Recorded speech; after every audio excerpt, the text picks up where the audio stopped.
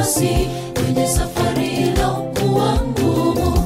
Ukituona tumesimama kumwimbia Bwana wa majeshi, ni kwa sababu tumetambua kwamba yeye ni Ebeneza.